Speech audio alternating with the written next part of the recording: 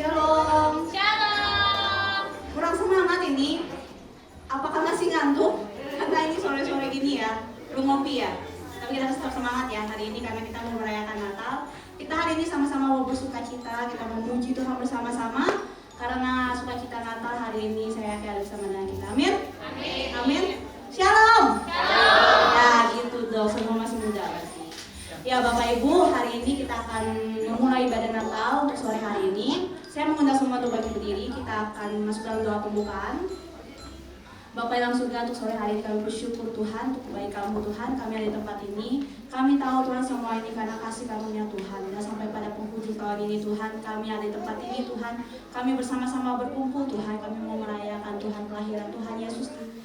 Momen Natal ini, kami tahu Tuhan, Tuhan Yesus bukan hanya lahir di dunia ini untuk sekedar lahir saja, tetapi kami tahu Tuhan, Tuhan Yesus lahir di hati kami.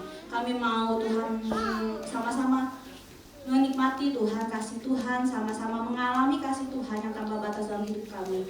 Biarlah Tuhan dalam ibadah hari ini Tuhan kami kembali Tuhan dipenuhi dengan kasih Tuhan, kami kembali diingatkan Tuhan betapa besar kasih Tuhan akan kami Tuhan, sehingga Engkau rela datang ke dunia ini Tuhan demi kami semua Tuhan. Terima kasih banyak Bapak, kami serahkan untuk ibadah hari ini dalam tangan Tuhan. Tuhan berkati Tuhan setiap pelayan-pelayan Tuhan telah berbahagia dalam ibadah hari ini Tuhan. Kau pakai mereka Tuhan untuk memuliakan nama Tuhan, dan juga sebentar Tuhan untuk hamba-Mu yang menyampaikan firman Tuhan. Kau yang pakai hamba-Mu ini Tuhan, biarlah Tuhan setiap firman yang disampaikan Tuhan boleh menjadi rema dalam hidup kami, dan kami dapat semakin dikuatkan itu bukan terutama untuk di momen Natal ini. Terima kasih banyak Bapak, kami buka untuk ibadah kami sore hari ini hanya dalam nama Tuhan Yesus. Dan sama-sama kita katakan amin. Silakan duduk Bapak Ibu.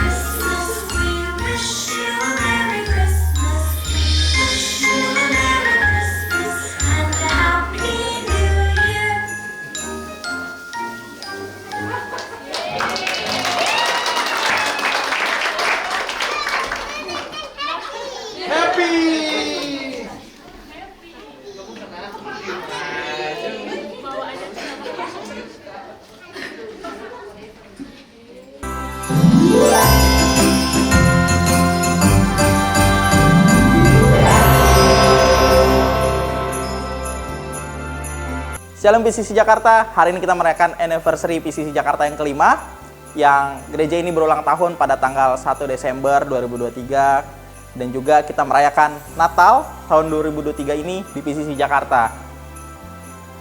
Ibadah kali ini kita berkolaborasi dengan semua generasi dari mulai anak-anak, remaja, hingga orang tua.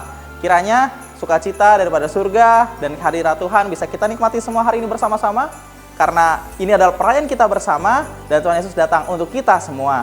Aku juga berterima kasih buat kepada pelayan Tuhan yang sudah berkontribusi dengan luar biasa. Kiranya ibadah hari ini menjadi ibadah yang kita bisa nikmati sama-sama. Tuhan Yesus memberkati kita semua. Selamat beribadah.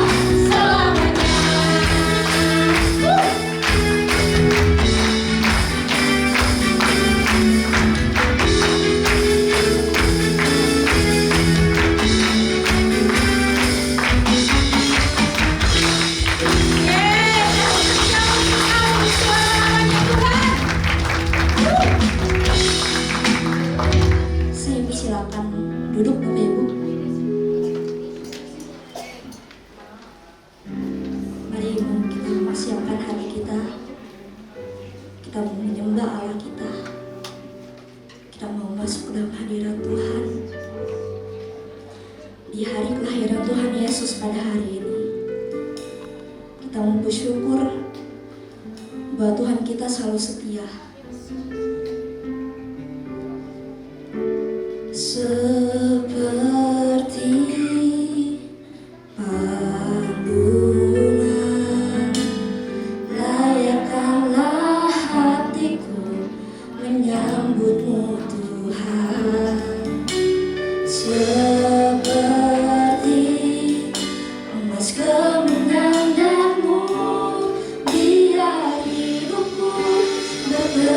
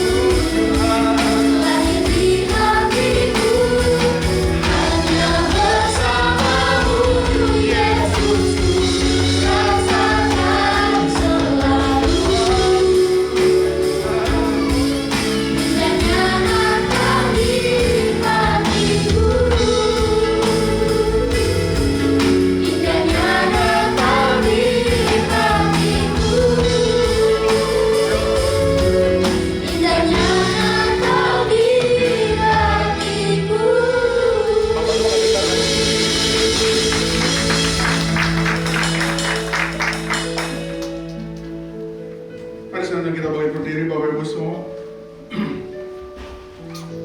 Sebab Natal kan berarti tanpa kasih-Mu.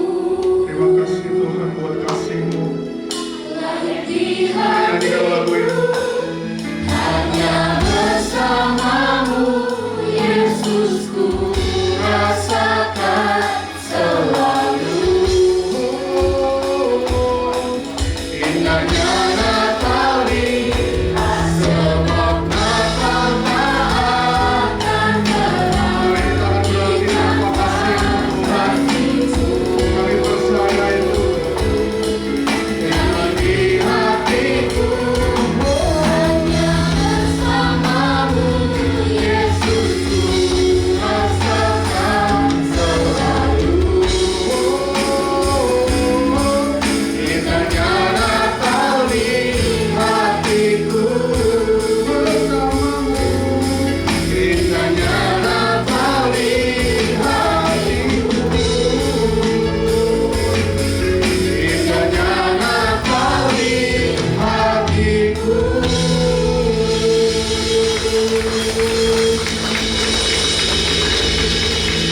Tuhan, terima kasih buat hari ini, bersyukur buat kebaikan Tuhan. Apapun yang kami lakukan hari ini semua tentang Tuhan. Kasih-Mu yang terbaik dalam hidup kami. Kami gak bisa membalas dengan apapun kecuali pengabdian hidup kami bersama dengan Tuhan. Terima kasih, bersyukur buat kasih anugerah-Mu dalam setiap hidup kami. Kami sampai di penghujung tahun ini. Itu semua karena kasih-Mu Tuhan. Dan kami siap mengakhiri tahun ini merayakan kasih-Mu yang terbaik, merayakan berkat-Mu, merayakan semua proses yang sudah Kau lakukan dalam setiap hidup kami. Bahwa Tuhan selalu beserta dengan kami dan supaya kami siap mengarungi di tahun depan. Terima kasih Bapa, bersyukur buat kebaikan Tuhan. Kami siap untuk mendengar firman-Mu, biarlah kami buka hati kami khusus untuk menerima firman yang berasal daripada Tuhan. Biarlah kami siap untuk menerima firman-Mu. Di dalam nama Tuhan Yesus, setiap kita yang siap katakan amin. Kasih tepuk tangan Bapak Ibu semua buat adik-adik, silakan duduk. Shalom, selamat sore. Saya kebiasaan pagi terus tadi nyalamin orang bilang good morning, good morning. Ini pertama kali selamat sore. Selamat datang di PCC Jakarta buat baru pertama kali. Terima kasih saya lihat wajah-wajah baru, saudara-saudara dari teman-teman dari PCC Jambi juga datang di sini. Welcome to PCC Jakarta. Terima kasih Bapak Ibu. Hari ini kami nggak nyangka sampai sepenuh ini, jadi minta maaf sebelumnya kalau sedikit panas. Kalau kursinya agak pas, tapi percayalah semua panitia hari ini sudah melakukan yang terbaik. Salah satu ciri buat saya gereja yang sehat adalah kalau regenerasinya jalan. Jadi saya bangga sekali tadi duduk di situ melihat semua orang yang pelayanan hari ini adalah muka-muka muda, kecuali Pak Yosua. Tapi Pak Yosua muka muda juga, gitu. But saya bersyukur. Tepuk tangan buat mereka, Bapak Ibu semua. Thank you so much. Baik, Bapak Ibu, pada saat saya mempersiapkan hari ini, saya tadi ngobrol sama istri saya baru sadar terlalu banyak occasional dalam satu hari. Jadi hari ini kita merayakan Natal, of course. Kita merayakan ulang tahun PCC Jakarta yang kelima, yang kita biasanya rayain di awal Desember. Dan kita merayakan ibadah terakhir di tahun ini. Jadi banyak banget yang harus kita occasional, tapi buat saya apapun occasionalnya, apapun tujuannya, semua selalu kembali kepada Tuhan kita Yesus Kristus. Amin. Nah Bapak Ibu, waktu saya nggak banyak hari ini, tapi saya ingin sampaikan sedikit apa yang saya dapat dari Tuhan, bahwa kalau Bapak Ibu lihat yang ada di depan, semua dekor yang sudah disiapkan, tahun depan kita akan memasuki sebuah tahun yang baru. Tuhan titipkan kepada Pastor Irfan dan saya bahwa tahun depan kita akan bicara mengenai Tuhan Yesus. Makanya tema tahun depan adalah Looks Like Jesus, serupa dengan Tuhan. Tahun ini kita sudah belajar 1 tahun mengenai kemenangan, victory yang datang dari Tuhan. Dan tentu semua kemenangan kita punya, itu semua sumbernya dari Tuhan. Sehingga tahun depan kita mau belajar lebih detail bagaimana kita mau serupa dengan Tuhan Yesus makin mendekat. So di Natal ini tentu kita bicara tentang Tuhan, karena itu kasih Tuhan terbaik. Nah, saya mau share ke Bapak Ibu apa yang kita dapat mengenai Tuhan Yesus. Mari kita buka satu ayat, Yesaya pasal 9 ayat yang kelima. Yesaya pasal yang ke-9 ayat kelima. Oke, ada di depan, saya akan baca untuk Bapak Ibu semua. Firman Tuhan bilang begini, sebab seorang anak telah lahir untuk kita, Seorang putra telah diberikan untuk kita, lambang pemerintahan ada di atas bahunya, dan namanya disebutkan orang, penasehat ajaib, Allah yang perkasa, Bapa yang kekal, Raja damai. Saudara pasti sering menyanyikan lagu ini. Ini nubuatan Nabi Yesaya. Nabi Yesaya menubuatkan kelahiran Yesus ratusan tahun bahkan sebelum Yesus lahir. Pada saat Yesus lahir, even Nabi Yesaya sudah gak ada. Dia tidak melihat apa yang dia nubuatkan. Dan kerennya dan ajaibnya, ratusan tahun kemudian, apa yang Nabi Yesaya nubuatkan benar-benar terjadi. Apa yang Yesaya katakan benar-benar kejadian. Ini bukan hanya masalah apa yang dikatakan oleh Yesaya, tapi nubuatan yang dia sebut tentang Yesus itu benar adanya dan kejadian 100% bahkan 200%. Setiap Natal, setiap tanggal 25 kita rayakan kelahiran Tuhan yang kita kenal dengan, yaitu tadi, penasehat ajaib, Allah yang perkasa, Bapa yang kenal, dan Raja damai. Nah, nubuatan Nabi Yesaya bilang bahwa Yesus akan disebut orang. Jadi bukan Yesus menyebut dirinya sendiri. Yesus nggak pernah klaim dirinya bahwa dia adalah penasihat ajaib, Allah perkasa, dan lain sebagainya. Tapi orang-orang yang mengenal Yesus, yang menyebut dan mendapati dia dengan demikian, apa yang seperti kata Yesaya. Jadi orang-orang lah yang menyebut Nabi Yesaya, Tuhan Yesus sebagai Bapa yang kekal, Raja damai, dan lain sebagainya. Ini disebut orang. Jadi Yesus nggak pernah klaim diri dia seperti itu. Nah, makanya kita mau belajar dari Yesus hari ini mengenai apa yang disebut diklaim orang bahwa dia adalah penasihat ajaib, Allah perkasa, Bapa kenal, Bapa yang kekal, dan Raja damai. Kita mulai dari yang pertama, penasihat ajaib. Yesus gak bisa disebut dengan penasihat ajaib dalam hidupnya kalau dia gak pernah kasih nasihat-nasihat terbaik yang pernah ada. Kita dapati di semua cerita tentang Yesus bahwa Yesus itu selalu mengajar, dan Yesus selalu mengajar dengan cara yang gak sama seperti orang lain. Beda. Saudara mau belajar jadi cara mengajar yang baik, belajar dari Yesus. Matius 7 ayat 28-29 bilang begini. Dan setelah Yesus mengakhiri perkataan ini, takjublah orang banyak itu mendengar pengajarannya. Sebab ia mengajar mereka seperti orang yang berkuasa, tidak seperti ahli-ahli Taurat mereka. Yesus mampu menerangkan hal-hal yang sulit, yang agar bisa gampang diterima sama kita. Dia tuh gak pernah pakai perumpamaan yang susah-susah. Semua perumpamaan kalau Bapak Ibu semua baca, sebenarnya selalu gampang dimengerti. Kadang-kadang kita manusia aja yang bikin susah. Gitu. Padahal semua yang diajari, semua sebenarnya simple dan gampang. Karena Tuhan tahu lebih baik kita mengerti daripada kita cuma sekedar takjub. Dan Yesus tuh ngajar gampang banget sampai, perhatiin baik-baik, semua murid-murid Tuhan itu tercatat tidak terpelajar. Betul? Tidak terpelajar, tapi murid-muridnya mengerti apa yang Yesus ajari. Itu menunjukkan apa? Tuhan Yesus punya hikmat yang datangnya dari Allah. Bukan cuma orang yang suka sama Yesus, bahkan para musuhnya aja mengakui demikian. Yohanes pasal 7 ayat 45-46. Yohanes 7, 45-46 bilang begini. Lalu tentara-tentara penjaga rumah Allah tadi kembali kepada para imam kepala dan orang Farisi yang menyuruh mereka menangkap Yesus. Kemudian mereka ditanya, kenapa kalian gak bawa dia? Jawab para tentara itu, belum pernah ada orang yang mengajar seperti dia. Tentara yang disuruh nangkap Yesus pun takjub sampai dia lupa nangkep. Saking dia takjubnya. Kolose pasal 2 ayat 3 bilang begini, sebab di dalam dialah tersembunyi segala harta hikmat, bukan harta uang, dan pengetahuan. Hikmat, kita tahu Nabi Salomo adalah salah satu Raja Salomo adalah salah satu raja yang hikmatnya cukup besar dan tercatat sangat baik. Tapi hikmat yang Yesus punya melebihi daripada Raja Salomo. Dia itu alfa dan omega. Dia sanggup melihat awal dan akhir. Dia ngerti jalan pikiran manusia di saat yang bersamaan. Dia ngerti apa yang Bapaknya mau dia kerjakan. Sehingga dia bisa ngasih petunjuk kepada setiap orang, petunjuk yang terbaik pada setiap orang meminta pertolongan kepadanya. Penasehat aja. Seperti nubuatan Nabi Yesaya. Yang kedua, Allah yang perkasa. Dia juga membuktikan bahwa dia adalah Allah yang perkasa. Alkitab mencatat begitu banyak orang sakit yang dia sembuhkan. Betul? Dia menyembuhkan yang buta, lumpuh, tuli, kusta, dan lain sebagainya. Bahkan orang mati pun dia bangkitkan. Bahkan orang yang kerasukan setan dia bebaskan. Markus pasal 6 ayat 1-2. Kemudian Yesus berangkat dari situ dan tiba di tempat asalnya, sedang murid-muridnya mengikuti dia. Pada hari Sabat ia mulai mengajar di rumah ibadat, dan jemaat yang besar takjub ketika mendengar dia, dan mereka berkata, dari mana diperolehnya semuanya itu? hikmat apapun yang diberikan kepadanya, dan mujizat-mujizat demikian bagaimana dapat diadakan oleh tangannya. Sangat perkasa. Bukan cuma manusia, alam pun tunduk sama dia. Markus 6 ayat 47 sampai 51.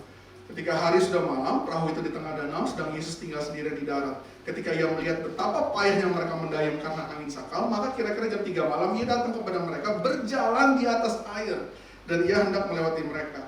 Ketika mereka melihat dia berjalan di atas air, mereka mengira bahwa ia adalah hantu, lalu mereka berteriak-teriak sebab mereka semua melihat dia, dan mereka pun sangat terkejut. Tetapi segera ia berkata kepada mereka, "Tenanglah, aku ini, jangan takut." Lalu ia naik ke perahu mendapatkan mereka, dan angin pun reda. Mereka sangat tercekam dan bingung. Apalagi Yesus juga mampu berkuasa ngampunin dosa. Matius 9 ayat 2 sampai 8. Maka dibawa oranglah kepadanya seorang lumpuh yang terbaring di tempat tidurnya. Ketika Yesus melihat iman mereka, berkatalah ia kepada orang lumpuh ini, "Percayalah hai anakku, dosamu sudah diampuni." Maka berkatalah beberapa orang ahli Taurat dalam hatinya, ia memuja Allah. Tapi Yesus mengetahui pikiran mereka. Tuhan tahu walaupun orang itu nggak ngomong. Dia bilang, "Manakah lebih mudah mengatakan dosamu sudah diampuni atau mengatakan bangunlah dan berjalan? Tetapi supaya kamu tahu bahwa di dunia ini anak manusia berkuasa mengampuni dosa." Lalu berkatalah ia kepada orang lumpuh itu, "Bangunlah, angkatlah tempat tidurmu, pulanglah ke rumahmu." Dan orang itu pun bangun lalu pulang. Maka orang banyak yang melihat itu takut, lalu memuliakan Allah yang telah memberikan kuasa sedemikian kepada manusia. Masih banyak kalau sudah membaca. Tapi saya mau bilang ini, Yesus disebut Allah yang perkasa karena memang roh Allah ada di dalam hidup dia. Tuh, dia sangat berdaulat. He is in control of everything. Pada saat kita mengalami hal-hal yang kita nggak mengerti, kadang-kadang kita bingung kenapa kita lalui ini, kenapa kita bingung kenapa Tuhan izinkan ini. Waktu hidup sepertinya nggak masuk akal, life doesn't make sense. Saudara mesti ingat, ketahuilah baik-baik dan ingat baik-baik bahwa He is in control of everything. Dia memegang kontrol apapun atas hidup kita. Apapun yang terjadi, Dia Allah yang jauh lebih besar dari segala masalah apapun yang kita hadapi. Makanya Dia disebut dengan Allah yang berkuasa, Allah yang perkasa. Amin. Allah yang perkasa. Yang ketiga, Bapa yang kekal. Nah, saya paling suka poin ini. Anak yang telah lahir bagi kita di Natal setiap kali kita rayakan, itu dikenal sebagai Bapa yang kekal. Pada saat Bapak Ibu sebut Bapa, saudara jangan pikir terlalu jauh, anggaplah itu seperti ayah saudara sendiri. Hubungan yang Tuhan mau selalu hubungan yang Tuhan mau dengan kita itu selalu hubungan Bapa dan anak, ayah dan anak. Hubungan personal, intimate, bukan hubungan transaksional. Apa itu hubungan transaksional? Hubungan itu kayak hubungan dagang menurut saya. Bukan seperti dari Bapa dan anak. Transaksional itu bicara selalu soal hitung-hitungan. Soal dagang, berapa banyak berkat yang saya terima? Mana tuayan saya? Saya sudah nabur. Mana tuayan saya? Katanya 30 kali, 60 kali lipat. Orang-orang yang hubungan sama Yesus yang transaksional, itu selalu melihat jauh lebih besar apa yang ada di tangan Tuhan Yesus daripada apa yang di hati Tuhan Yesus. Hubungannya orang-orang yang suka transaksional sama Tuhan selalu melihat berkat apa yang akan saya terima kalau saya ikut Tuhan, ketimbang saya mau mengenal Tuhan lebih baik. Padahal Tuhan bilang dia mau jadi Bapa yang kekal. Dia mau jadi gini, saudara mesti kenal Tuhan bukan cuma sebagai yang tadi penasehat ajaib, of course saudara dengar nasihatnya. Lalu kemudian saudara kenal Tuhan sebagai Allah yang perkasa yang sanggup melakukan apa aja. Nggak cukup sampai di situ. Saudara mesti kenal dia sebagai seorang Bapa, Bapa yang terbaik, Bapa yang kekal, Bapa yang kekal. Nggak ada yang lebih baik kenal kita daripada Yesus mengenal kita. Alkitab mencatat jumlah rambut kita aja dia tahu. Apalagi hati kita. Dia sangat mengasihi kita dan sudah membuktikannya di atas kayu salib. Makanya kenapa dia mesti lahir. Dia selalu setia sama kita, even pada saat kita sering gak setia sama Tuhan.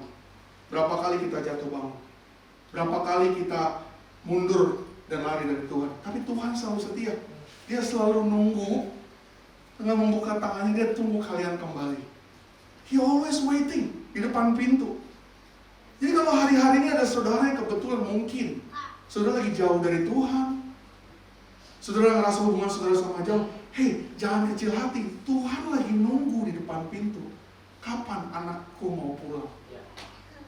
Karena dia bukan bos.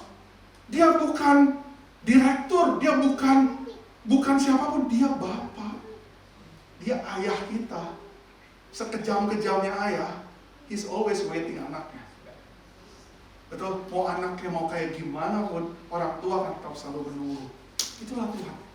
Dia nunggu. Yohanes 1 ayat 12 bilang begini, tetapi semua orang yang menerimanya diberinya kuasa supaya menjadi anak-anak Allah, yaitu mereka yang percaya dalam namanya. Bapa itu dikata lain dalam Alkitab dikatakan sebagai sumber. Dia itu penyedia, provider, seseorang yang patut dicontoh. Yohanes 15 ayat 4 sampai 5. Tinggallah di dalam aku dan aku di dalam kamu. Sama seperti ranting tidak dapat berbuah dari dirinya sendiri kalau ia tidak tinggal pada pokok anggur, demikian juga kamu tidak berbuah jikalau kamu tidak di dalam aku. Akulah pokok anggur dan kamulah ranting-rantingnya. Barang siapa tinggal di dalam aku dan aku di dalam dia, ia akan berbuah banyak. Sebab di luar aku kamu tidak dapat berbuat apa-apa. So, dalam keadaan segala sesuatu yang saudara lagi hadapi, sulit, ketakutan, kekhawatiran, jangan lari dari dia, jangan lagi menjauh. Justru mendekatlah ke dia. Saudara sering banget ada istilah gini, kalau gue lagi ada masalah, saya malah jadi gak rajin ke gereja. Bener gak? Kalau saya lagi ada problem, justru saya malah gak rajin ke gereja. Saya mau kasih tahu, buat saya itu pemikiran yang salah. Saudara datang ke sini bukan untuk jadi sempurna. Saudara datang ke rumah Tuhan, saudara datang kepada Tuhan bukan jadi orang yang sempurna. Justru waktu saudara ada masalah, Bapamu akan menolong kamu. Jangan tertuduh, iblis memang sukanya nuduh kita. Dia nggak bisa attack kita masalahnya secara fisikal, makanya dia attack pikiran dan hati kita. Dia selalu ganggu kita dengan kata-kata, lu nggak layak ke gereja, kau nggak layak berdoa, lu nggak layak pelayanan. Saya mau kasih tahu, Tuhan itu Bapa. Sekali lagi, dia menunggu. Saudara nggak harus jadi sempurna untuk datang ke dia. Justru ketidaksempurnaan saudara akan dilengkapi sama dia. Amin.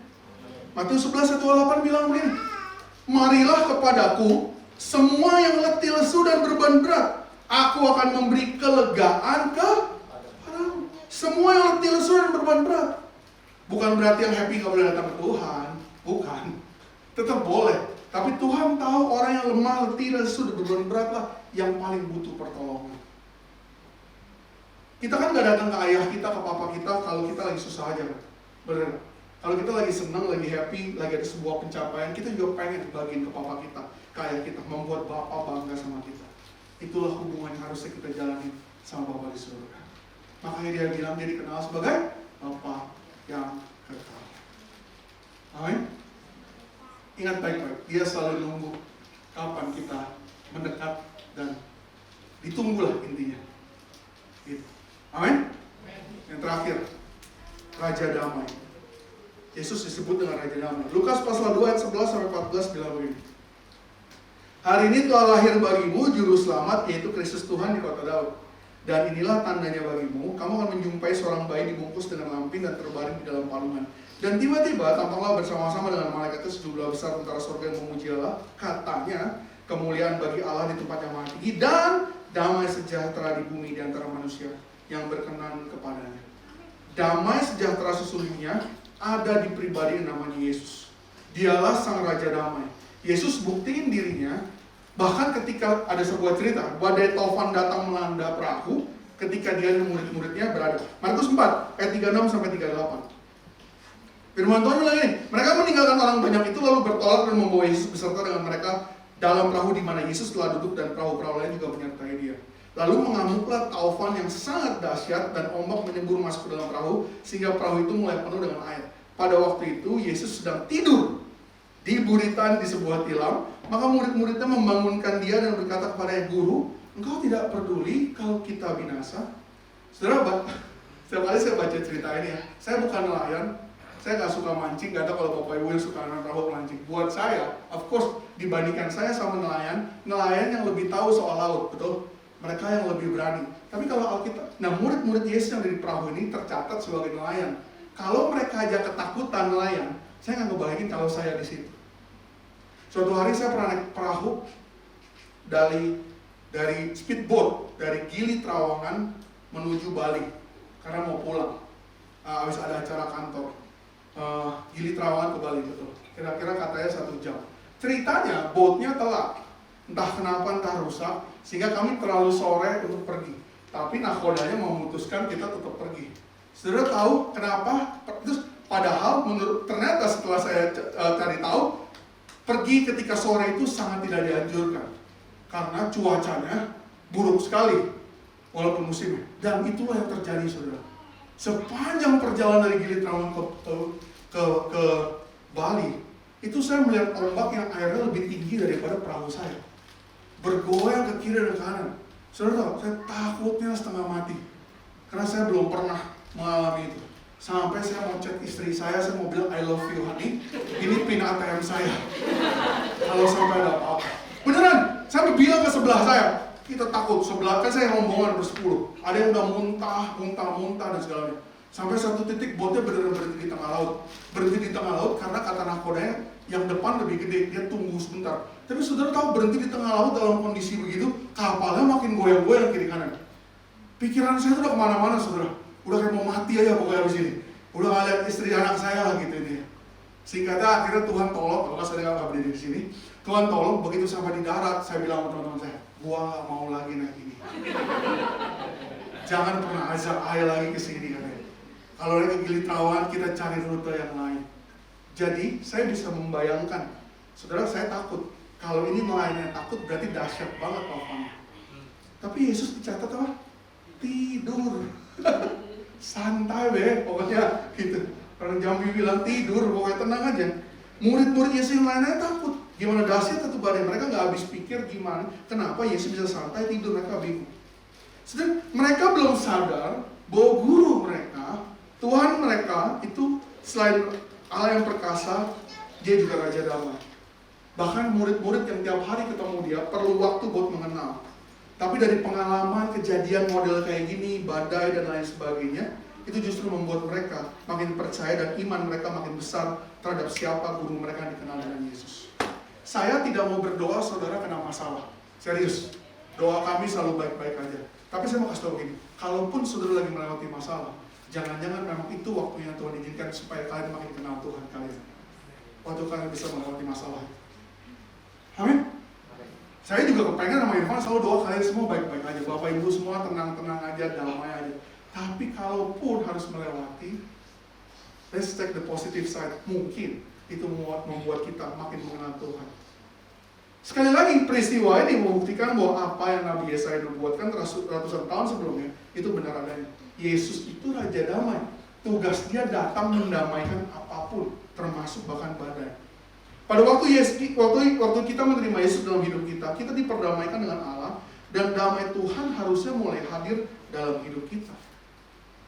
Kolose 1 ayat 19 sampai 22 bilang begini, karena seluruh kepenuhan Allah berkenan diam di dalam dia, dan oleh dialah ia memperdamaikan segala sesuatu dengan dirinya, baik yang ada di bumi maupun yang ada di surga. Sesudah itu yang mengadakan perdamaian oleh darah salib Kristus. Juga kamu yang dahulu hidup jauh dari Allah dan yang memusuhinya dalam hati dan pikirannya seperti nyata dari perbuatan jahat, sekarang diperdamaikannya di dalam tubuh jasmani Kristus oleh kematiannya untuk menempatkan kamu kudus dan tak bercela dan tak bercacat di hadapan. Menurut saya ini bukan teori, menurut saya ini sebuah fakta. Nggak mungkin orang itu akan tetap sama kalau dia benar-benar sudah berjumpa dengan Tuhan Yesus. Pasti selalu ada yang berbeda.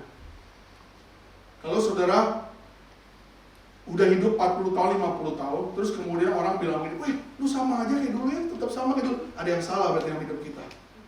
Karena seharusnya orang makin besar, makin dewasa, dan dia akan makin bijak dan makin lebih baik, betul?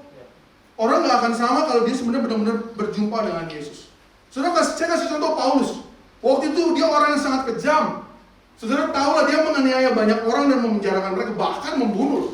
Paulus itu mencatat membunuh pengikut Yesus. Tapi dia berubah total setelah bertemu dengan Raja Damai dalam perjalanannya ke kota Damsyik.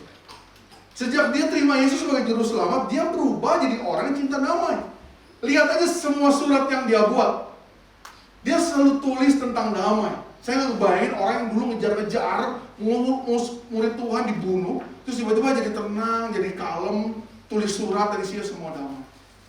Paulus tuh nggak ada bedanya sama kita loh. Paulus tuh bukan Tuhan, sama-sama manusia. Kalau Paulus bisa pergi dari masa lalu yang begitu parah dan begitu buruk, ketika ketemu Tuhan, harusnya kita juga bisa. Amin. Ini contoh nih, Filipi 4 ayat 4 sampai 7. Paulus tulis begini, bersukacitalah senantiasa dalam Tuhan. Sekali lagi aku katakan, dia ngomong lagi, bersukacitalah, hendaklah kebaikan hatimu diketahui semua orang. Tuhan sudah dekat. Janganlah hendaknya kamu khawatir tentang apapun juga, tapi nyatakanlah dalam segala hal keinginanmu kepada Allah dalam doa dan permohonan dengan ucapan syukur. Damai sejahtera Allah yang melampaui segala akal akan memelihara hati dan pikiranmu dalam Kristus Yesus. Saudara, tulis yang ini ditulis Paulus pada saat dia lagi di mana? Di dalam penjara. Di dalam penjara, saudara. Dia bilang damai sejahtera Allah itu melebihi segala akal. Bayangin, dia tulis surat ini kepada jemaat di Filipi dari dalam penjara, dan dia ngomong bersukacita sampai 2 kali. Berarti dia benar-benar bersungguh-sungguh, ini bukan basa-basi. Sekali lagi, kalau Paulus berubah total ketika kita mengalami perjumpaan dengan Raja Damai, maka hal yang sama juga akan terjadi dalam hidup kita. Saudara, kalau udah ketemu Tuhan, hidupnya akan jauh lebih damai ketimbang sebelumnya. Masalah akan tetap datang, serius. Masalah akan tetap datang. Tapi hidup kita waktu menghadapi masalah itu akan berbeda dari sebelumnya. Saya pribadi, saudara, saya kalau melihat masa lalu hidup saya malu melihat diri saya sendiri. Kalau ada film memutar hidup saya masa lalu, gitu, nah saya mungkin malu melihat diri saya sendiri. Pengen saya kemplang nih, veteran dulu nih, dasar dulu gitu kan, kira-kira gitu. Tapi saya akhirnya mengerti, makin saya mengenal Tuhan, makin saya mengerti bahwa Tuhan membuat saya jauh lebih damai dari sebelumnya. Saya ngerasa masalahnya tetap datang. Sebelum saya mengenal dengan Tuhan dengan baik, saya tetap ada pertengkaran dengan istri saya. Sekarang setelah ketemu dengan Tuhan, saudara pikir gak ada pertengkaran? Ada aja yang kita bertengkar dengan Tuhan. Tapi bedanya adalah waktu saya hadapi sekarang dengan yang dulu, it just different gitu. Itu hanya beda. Dulu juga saya punya masalah keuangan. Sekarang pun saudara pikir gak ada masalah? Ada aja. Tapi cara menghadapinya yang berbeda. Karena kita jauh lebih dewasa. Amin. Jadi di Natal ini Bapak Ibu semua, di hari ini, bahkan untuk perayaan PCC yang ke-5 tahun, saya pengen kita semua belajar mengenal Tuhan jauh lebih dekat, secara keseluruhan. Jangan kenal Tuhan hanya sepotong-potong. Jangan cuma kenal Tuhan sebagai A, sebagai B, sebagai C. Kita mesti bangun hubungan kita bina dengan Tuhan. Saudara mesti dengar nasihat Tuhan yang ajaib, yang selalu terbaik. Tidak ada nasihat yang paling baik daripada yang Tuhan kasih, yang ada di Alkitab. Lalu saudara mesti percaya dan merasakan bahwa kekuatan Tuhan yang dahsyat, yang perkasa. Cuma Tuhan yang sanggup melakukan segala yang tidak pernah kita pikirkan.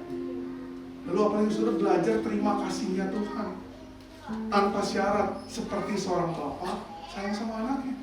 Kasih Tuhan gak pernah bersyarat loh. Aku akan berkati kamu kalau kamu pelayanan. Aku akan berkati kamu kalau kamu rajin ke gereja. Aku akan berkati kamu kalau kamu bisa khotbah. Gak ada. Tuhan gak pernah ngomong begitu. Benar-benar seorang bapak yang tulus sayang sama anaknya. Belajar terima kasihnya Tuhan. Kalau saudara suka mungkin tertuduh rasanya saudara gak dikasihi. Saya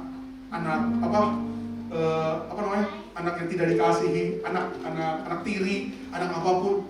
Dengan baik-baik, Tuhan mengasihi setiap kita tidak terkecuali. Waktu saudara sudah menerima Tuhan, saudara akan menerima damai yang melampaui segala akal. Saudara akan jauh lebih baik, saudara akan bisa jauh lebih damai, lebih tenang. Bersama dengan Tuhan, tahun ini kita udah lewatin, tidak perlu jadi sia-sia. Oh, ada yang gagal, ada yang salah. Hey, forget it. At the end of the day, kita sampai di akhir tahun.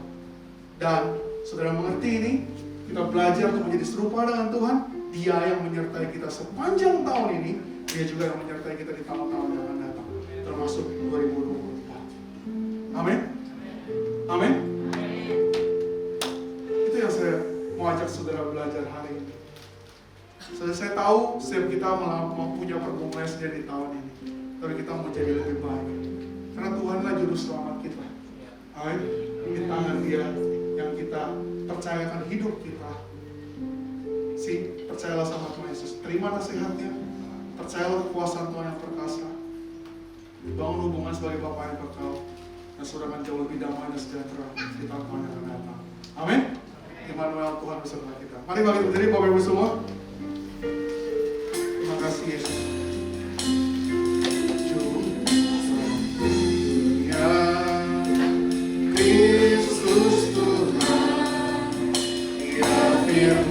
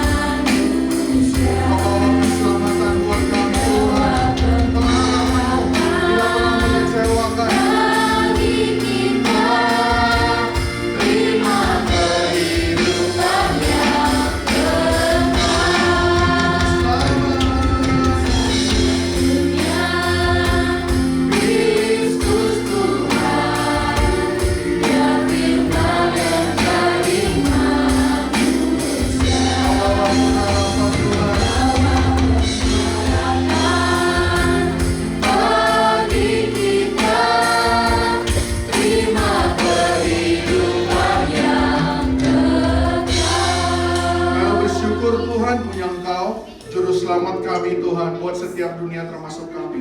Terima kasih buat kasih-Mu yang terbaik. Kami ingin belajar makin hari makin serupa dengan Tuhan Yesus. Karena hanya Tuhan yang memberikan kedamaian sejahtera buat hidup kami. Kaulah Alfa dan Omega, Kau yang mengerti hidup kami dari awal hingga akhir. Terima kasih buat kasih-Mu Tuhan. Kami merayakan kebaikan Tuhan hari ini. Semuanya tentang Tuhan. Terima kasih buat perjalanan kami sepanjang 5 tahun.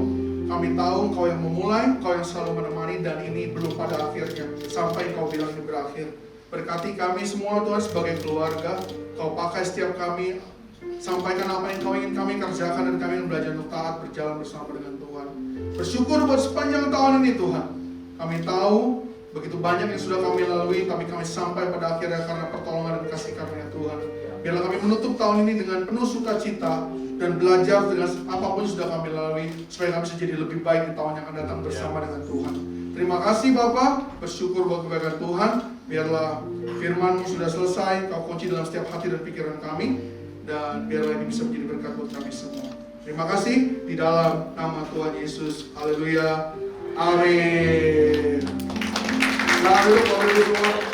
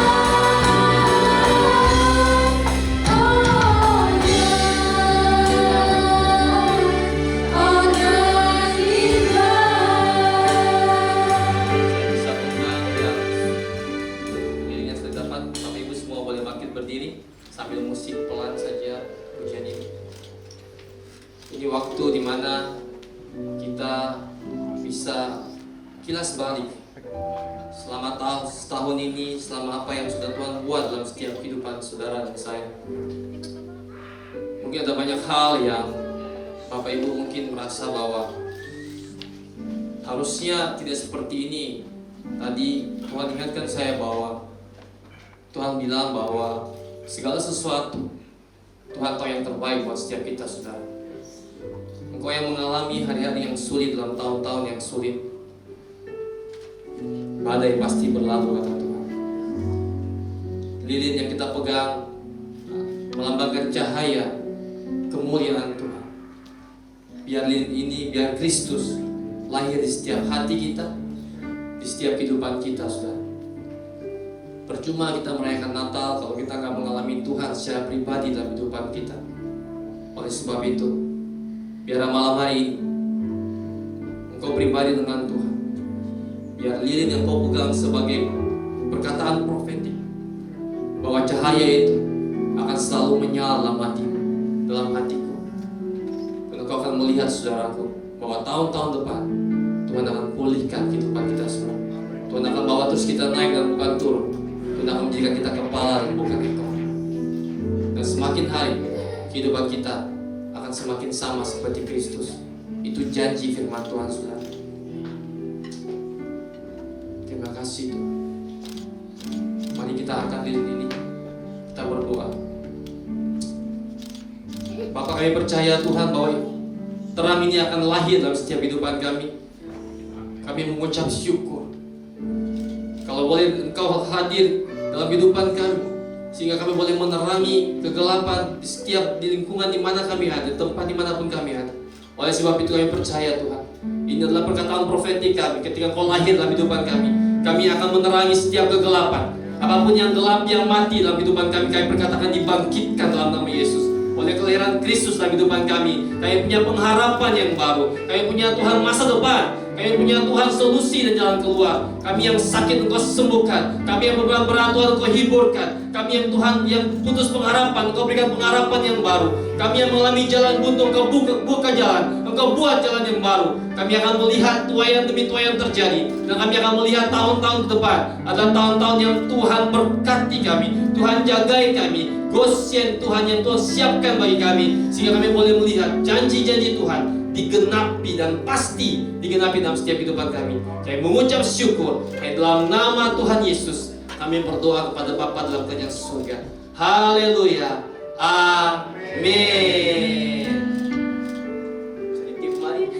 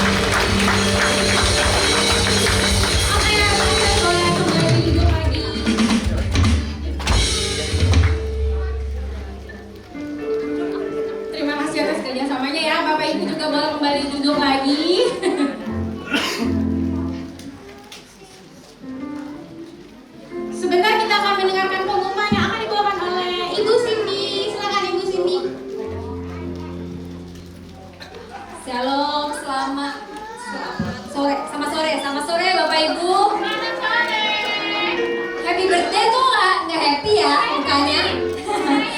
Coba kasih happy birthday dulu ke kiri kanannya. Happy birthday, happy birthday, happy birthday. Semuanya ulang tahun hari ini kan? Happy birthday, happy birthday. Oke. Selamat datang Bapak Ibu, saudara-saudari yang pertama kali beribadah di tempat ini. Boleh lambaikan tangan? Oke, selamat datang di PCC Jakarta. Selamat, mungkin lagi liburan ya, jalan-jalan ke Jakarta. Oke, Bapak Ibu, saya mau memberikan pengumuman. Untuk ibadah umum tanggal 31 Desember 2023 kita lakukan secara online bersama-sama dengan PCC Jambi. Link ibadah akan diumumkan melalui hotline PCC Jakarta. Untuk ibadah umum tanggal 7 Januari 2024 diadakan kembali di tempat ini jam 10 pagi. Jam 10 ya, bukan jam 5 Bapak Ibu. Ibadah Youth of Life juga tanggal 7 Januari dimulai kembali di Geraha Pelita jam 1 siang. 1.30 ya, jam 1.30. Kemudian ibadah PCC Kids akan dimulai hari Sabtu tanggal 13 Januari 2024 jam setengah 4. Untuk jadwal POD disesuaikan dengan POD masing-masing. Kemudian pengumuman penting setelah ibadah selesai, jangan pulang dulu karena kita akan bersama-sama foto di depan gedung PCC Jakarta, di depan Geraha Pelita. Habis itu jangan pulang dulu, masuk lagi karena Asyir akan membagikan souvenir dan konsumsi. Gitu ya, nyesel kalau pulang dulu. Oke, selamat Natal, happy birthday, Tuhan berkati.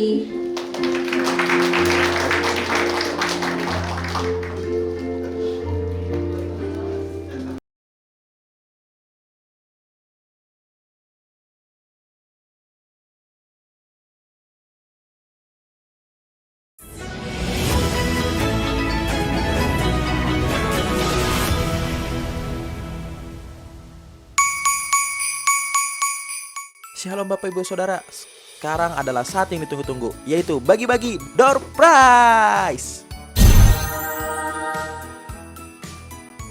Nah, PCC Jakarta punya 10 door prize buat Bapak Ibu dan saudara sekalian yang ada di tempat ini. Gimana cara baginya? Bapak Ibu tadi pasti pegang lilin kan? Nah, lilin itu kalau Bapak Ibu lihat ada nomor. Ada nomor 1 sampai dengan sekian. Sesuai dengan tim saya yang bagi-bagi lilin. Nah, dari nomor-nomor tersebut saya akan panggil 5 nomor yang akan mendapatkan 5 buah door prize. Nomornya berapa? Nomornya adalah, ya, itulah nomor-nomornya yang dapat door prize. Beri tepuk tangan buat mereka semua dan boleh maju ke depan. Ya, saya tunggu Bapak Ibu semua maju ke depan. Dan boleh foto bersama dulu. Ayo maju dulu, maju.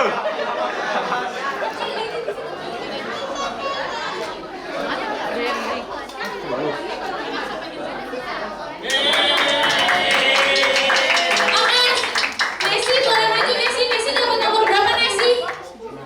Messi nomor 76. Wow, hari ini ada 1000 jemaat. Messi tepuk tangan. Wah, sudah lebih 76 ya. Oke, nomor 13, siapa nomor 13? Maju bro, nomor berapa? 3. 45. Wah, 45. Boleh semangat maju ini 13 gak ada sama 10. Kalau gak ada, gak aci. Ada nomor lain gak? 28. 28. Boleh silakan maju ke depan, maju, maju. silakan maju. Nomor 10 sama 13 ada? Cia. Oh enggak. Pegangan tadi Bapak Ketua. Acak ulang. Bapak Ketua, acak ulang ya. Oke, tenang. Yang belum dapat ini ada acakan ulang. Jadi masih ada 2 lagi. Coba, tolong diambil lagi lilinku nomor berapa? Oke. Ini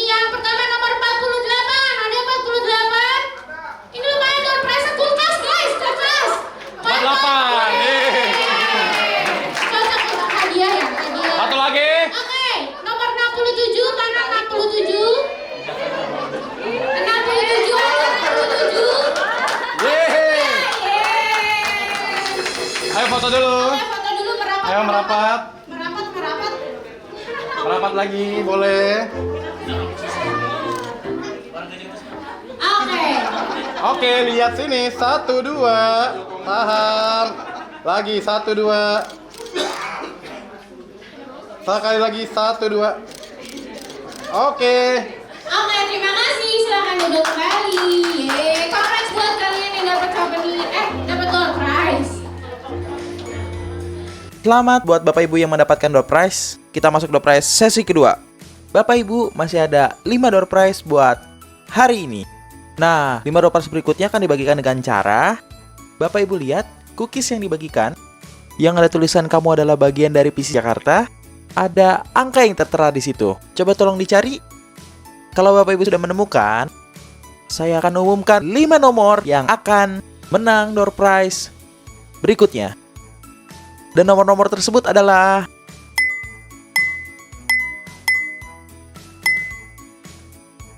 ini adalah nomor-nomor yang menang door prize. Buat saudara yang memiliki nomor-nomor ini di cookiesnya, silakan maju ke depan dan foto bersama. Cookiesnya, silakan maju ke depan dan foto bersama. Nomornya diulang. Nomor 77 ada? Oh, Tante. Nomor 67 siapa? 67. Sudah. 63, 67. 63 udah, 77 udah. 77. Ini Tante ini 77 kan? Tuh, Tante ini 77. Oke. Ini nomor 4 ada 4. Kok Hendra ya? Oke, nomor 22 ada? 22. Oh, ada. Yeay. Boleh maju ke depan? Tante boleh maju ke depan, mau difoto dulu Tante. Silakan. Di situ boleh kok. Di situ jangan merapat di sini semua nanti berat sebelah. Oke, sebelah sini. Oke. Lihat kamera 1, 2. Tahan bentar. Ditahan. Sekali lagi 1, 2. Oke. Oke, terima kasih. Selamat mendapatkan door prize. Kalau sudah selesai semua, terima kasih Bapak Ibu Saudara yang sudah berpartisipasi dan selamat menikmati door prize yang diberikan. Ini adalah kado dari PC Jakarta buat orang-orang yang tadi terpilih. Buat tinggal kopi jangan sedih hati karena kalian pasti dapat sesuatu yang menarik di bawah. Jangan lupa makanya untuk pulang dan bawalah hadiah dari PC Jakarta. Itu aja dari saya. Tuhan Yesus memberkati. Bye-bye.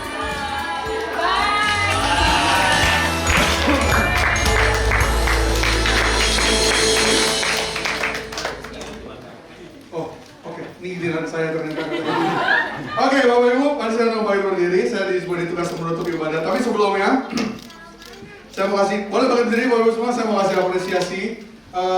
Tokoh yang barusan Bapak Ibu lihat, kayak Genie di film Aladdin itu barusan adalah orang yang mengurus tahun ini sebagai ketua panitia Natal kita tahun ini. Namanya sesuai dengan Natal, namanya Immanuel. Jadi itulah sebabnya kami memilih dia. Tapi Immanuel dibantu sama teman-teman banyak banget. Saya tahu, terima kasih untuk semua panitia. Saya tahu kalian udah bekerja keras, bergadang, ada yang jatuh dari tangga. Tapi puji Tuhan baik-baik aja semuanya ya. Tapi terima kasih buat malam hari ini, buat kerja keras kalian. Kami semua bangga dan saya percaya kalian sudah lakukan yang terbaik. Biarlah kemuliaan Tuhan, kemuliaan semuanya buat kemuliaan nama Tuhan. Amin. Baik, mari kita tutup ibadah kita hari ini. Bapak dalam surga, terima kasih. Saya bersyukur buat kebaikan Tuhan sekali lagi. Terima kasih buat ibadah kami hari ini. Kami sungguh bersuka cita merayakan kebaikan Tuhan, kasih Tuhan terbaik dalam hidup kami. Sekali lagi Tuhan, kami ingin mengucap syukur atas apa yang Kau kerjakan sepanjang tahun ini. Tuhan selalu beserta dan Tuhan yang sama akan menyertai kami di tahun-tahun yang akan datang dan akan memberkati kami. Sesuatu yang belum pernah kami bayangkan, sesuatu yang sedang kami doakan, sesuatu yang kami cita-citakan, kami akan capai itu bersama Tuhan di tahun-tahun yang akan datang. Dan Tuhan selalu menjaga kami, khususnya Kau jaga kesehatan kami, supaya kami bisa melalui segala sesuatu yang bersama dengan Tuhan dengan penuh damai dan sejahtera. Terima kasih buat ibadah hari ini, berkati kalau sebentar kami akan berpisah. Tuhan berkati kami mungkin sedang masa liburan, Tuhan berkati biar liburan kami berjalan dengan baik, semua sehat. Kami yang mungkin juga tetap bekerja, Tuhan berkati pekerjaan kami supaya bisa berjalan dengan baik bersama dengan Tuhan. Dan juga apapun yang kami kerjakan sampai dengan pada akhirnya di akhir tahun ini dan tahun depan kami akan memulai ibadah kami nanti tanggal 7 bersama dengan Tuhan. Yang bersyukur buat keberkatan Tuhan, tibakan kami di rumah kami masing-masing dengan selamat, jaga kesehatan kami, biar damai sejahtera selalu turun atas setiap kami.